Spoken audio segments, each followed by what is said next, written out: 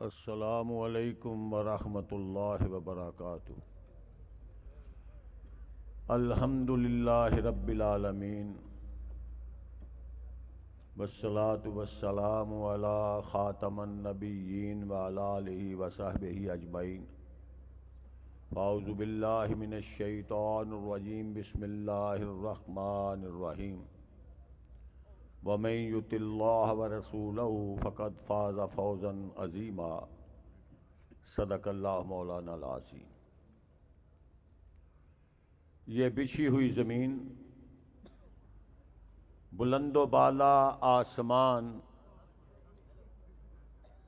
گرجتے ہوئے بادل اور کڑکتی ہوئی بجلیاں، گہرے سمندر، اونچے پہاڑ، چلتی ہوئی ہوا اور بہتے ہوئے دریا، لہلہاتے ہوئے کھیت اور جھومتے ہوئے درخت، اڑتے ہوئے پرند اور چرتے ہوئے چرند، پانی میں تیرنے والی مچھلیاں اور سوراخوں میں رہنے والی چیونٹیاں، حتیٰ کہ فرشتے بھی جس کی تعریف و توصیف کر رہے ہیں، سب تعریفیں اسی وحدہ لا شریک کے لیے،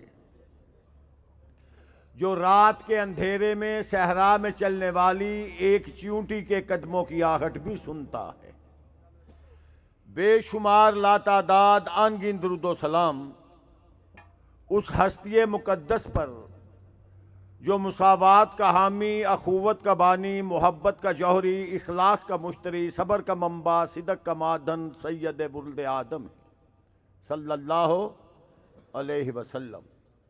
حضرات، میں دل کی اتھاہ گہرائیوں سے آج یہ مقدس محفل جو میرے نوجوان بیٹوں اور بھائیوں نے سجائی ہے، اس کی ایک مثالی اور انتہائی کامیابی کو دیکھ کر دل کی اتھاہ گہرائیوں سے اپنے مالک کی بارگاہ میں التجا کرتا ہوں۔ اے اللہ، ان سب منتظمین، معاونین، سامعین اور مقررین سب کو ایمان والی، اسلام والی، صالح اعمال والی، صحت تندرستی والی، عزت و آبرو والی، زہد اور تقوی والی لمبی زندگیاں عطا فرما۔ حضرات، اس پاکیزہ محفل کا ٹائٹل ہے ختم نبوت، جس پہ ہر مسلمان کا ایمان ہے،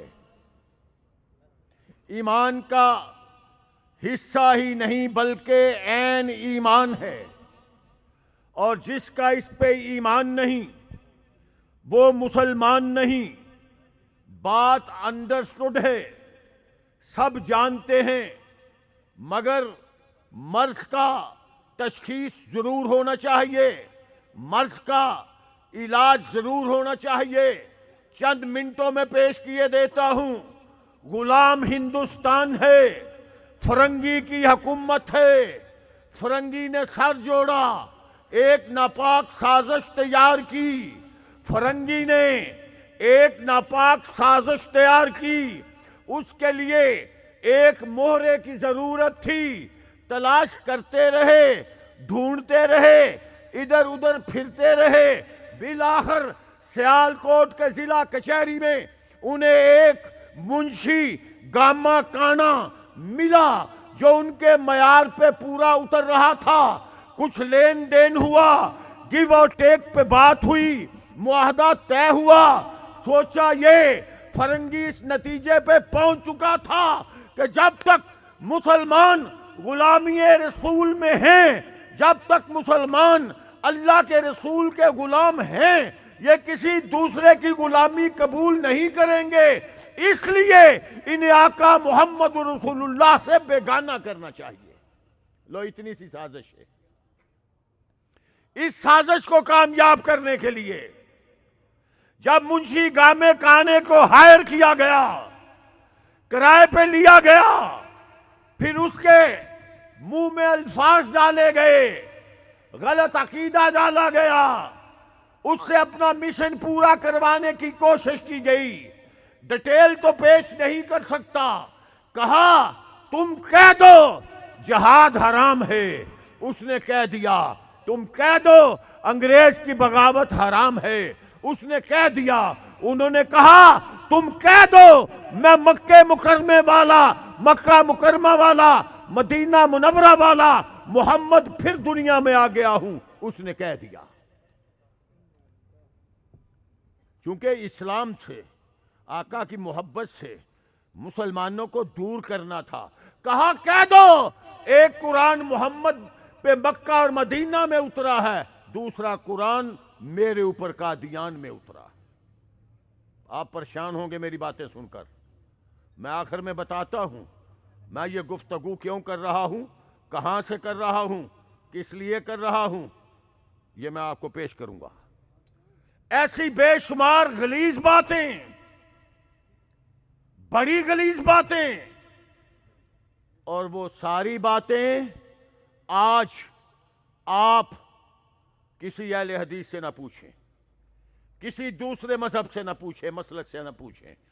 آپ جو فیصلہ اقلیت قرار دینے کے وقت ہائی کورٹ میں ہوا تھا، سپریم کورٹ میں ہوا تھا، اس فیصلے کی نقل نکلوائیں، اس نقل کو پڑھیں.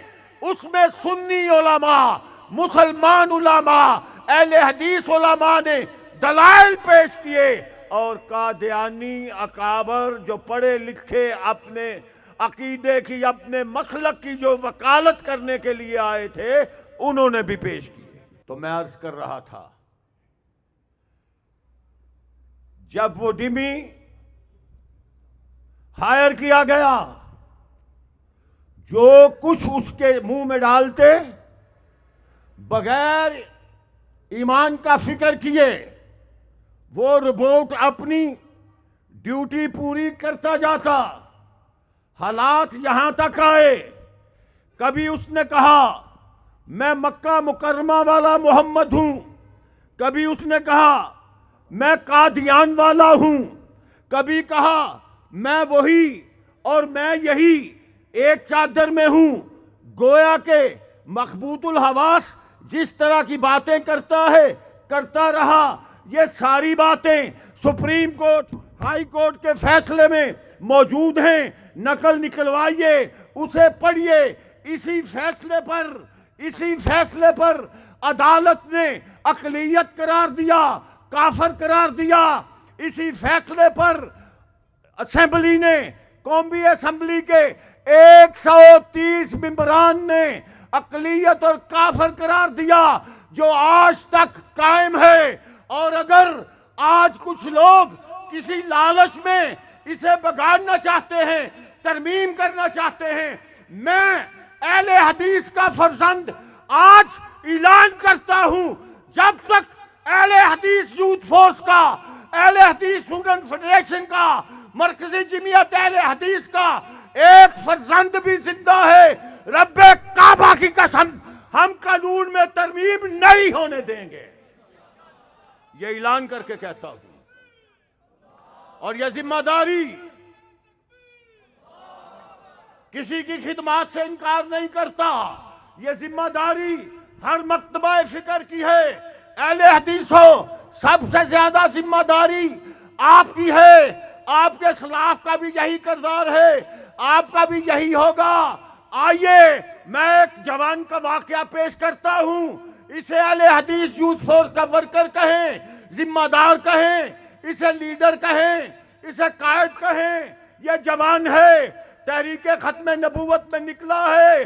گولی آئی، ران میں لگی، گرا، باہیے پہ آپ کی طرح تڑپا، اٹھا، کہنے لگا، گریبان پھاڑ دیا، کہنے لگا او ظالم کے بیٹھو، او خنزیرو، عشق محمد سینے میں موجود ہے، میرے سینے میں گولی مارو، ران میں گولی مار رہے ہو. یہ جذبہ ہے اہل حدیث کا، یہ جذبہ ہے اہل حدیث بوڑھے کا. نیلا گنبد مسجد سے نکل رہا ہے، پوتے کو کندھے پہ بٹھایا ہوا ہے، ختم نبوت کا نعرہ لگاتا ہے. پوتا سیکھا ہوا ہے، توتلی زبان سے زندہ باد کہتا ہے. دادا ساتھ ختم نبوت کا نعرہ لگاتا ہے، پوتا زندہ باد کہتا ہے، گولی آئی دادے کو شہید کر گئی، گولی آئی پوتے کو شہید کر گئی۔ یہ معاملہ تو ہوا، وہ تو جنت کو سدھارے، آج تک قیامت تک یہ بات زندہ رہے گی۔ آقا کی ختم نبوت پہ جہاں نوجوان قربان ہے، جہاں ایک بوڑھا قربان ہے، وہاں ایک معصوم پوتا بھی قربان ہے۔ اہل حدیث کے گھرانے میں صرف ابھی میرے توحیدی صاحب نے آپ کے KPK کے جو امیر بنے ہیں وہ ابھی فرما رہے تھے، مولانا ثناء اللہ امرتسری کا تذکرہ کر رہے تھے۔ ہزاروں علماء اہل حدیث ان کی خدمات کا تذکرہ ہو سکتا ہے۔ آپ ذرا اس بات پہ دیکھیے، قربان ہونا آپ نے دیکھ لیا، اب ذرا علمی محاسبہ بھی دیکھیے، علمی محاسبہ بھی دیکھیے۔ میرے مولانا ابو وفا ثناء اللہ نے ایک ایک لمحہ، ایک ایک زندگی کے شعبے پہ قلم اٹھایا، اور وہ قلم مرزا کے سینے میں گولیوں کی طرح داخل ہوتا رہا، الفاظ گولیوں کی طرح اس کے اندر پیوست ہوتے رہے۔ میرے بابا نے نکات مرزا لکھی، حفوات مرزا لکھی، الہامات مرزا لکھی، عجائبات مرزا لکھی، فیصلہ مرزا لکھی، مراق مرزا لکھی، اباطیل مرزا لکھی، انگلستان کے دو ریفارمر لکھی، ہمارا اللہ اور مرزا لکھی۔ کس کس بات پہ محاسبہ نہیں کیا، محاسبے پہ محاسبہ تھا، محاسبہ کیا، اور اسی کے نتیجے میں آپ نے واقعہ سن رہا ہے کہ جہنم رسید ہوا اور لیٹرین میں بیٹھا ہوا اللہ نے کتنی ذلت نصیب کی ہے۔ ہمیں کیا دکھاتے ہیں؟ اور ہم تو ذرا تصورات کی دنیا میں جائیں، اپنے آقا کی صورت اور سیرت کی طرف دیکھیں، نتیجہ نکلتا ہے میرے آقا کی صورت اعلیٰ، میرے آقا کی سیرت اعلیٰ، اور آپ کی جستجو اعلیٰ، آپ کی گفتگو اعلیٰ، آپ کی سیاست اعلیٰ، آپ کی امامت اعلیٰ، آپ کی خطابت اعلیٰ، آپ کی شجاعت اعلیٰ، آپ کی امامت فصاحت بلاغت اعلیٰ، آپ کا کردار اعلیٰ، اور میرے راہبر کا آخر الزمان کا ذوق اور شوق اعلیٰ، اٹھنا اور بیٹھنا اعلیٰ، چلنا اور پھرنا اعلیٰ، اور آپ پہ اترنے والا قرآن اعلیٰ، آپ کا فرمان اعلیٰ، آپ کی بنات اعلیٰ، آپ کی ازواج اعلیٰ، آپ کے اصحاب اعلیٰ، آپ کے احباب اعلیٰ، آپ کا مولد شہر مکہ اعلیٰ، آپ کا مدفن شہر مدینہ اعلیٰ۔ اور کس کس بات کا تذکرہ کروں؟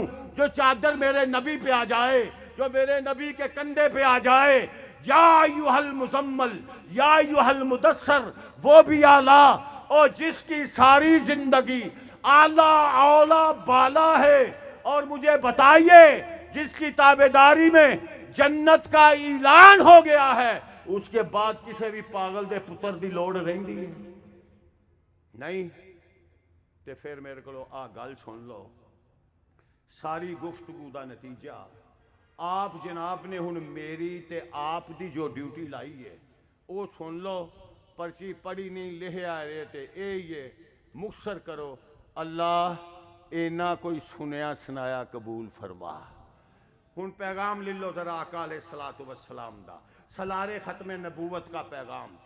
کفر کے شرک، کفر کے ظلمت خانے میں نور خدا پھیلاتا جا، غیر اللہ کی گردن پر لا کی تیغ چلاتا جا، تو تکبیر کے نعروں سے سب کا لہو گرماتا جا، حاکم ہے صرف ایک اللہ، دنیا کو سمجھاتا جا، امن فقط اسلام میں ہے، گر کی بات بتاتا جا، اور موت سے ڈر کر جینا کیا، موت سے آنکھ لڑاتا جا، خار صبح تو آہ نہ کر، آگے پیر بڑھاتا جا، مظلوموں کا ساتھ نہ چھوڑ، ظالم سے ٹکراتا جا، جان بچے یا چلی جائے تو ایمان بچاتا جا۔ کتاب اللہ حدیث مصطفیٰ کی ترجمان، مرکزی جمعیت اہل حدیث پاکستان۔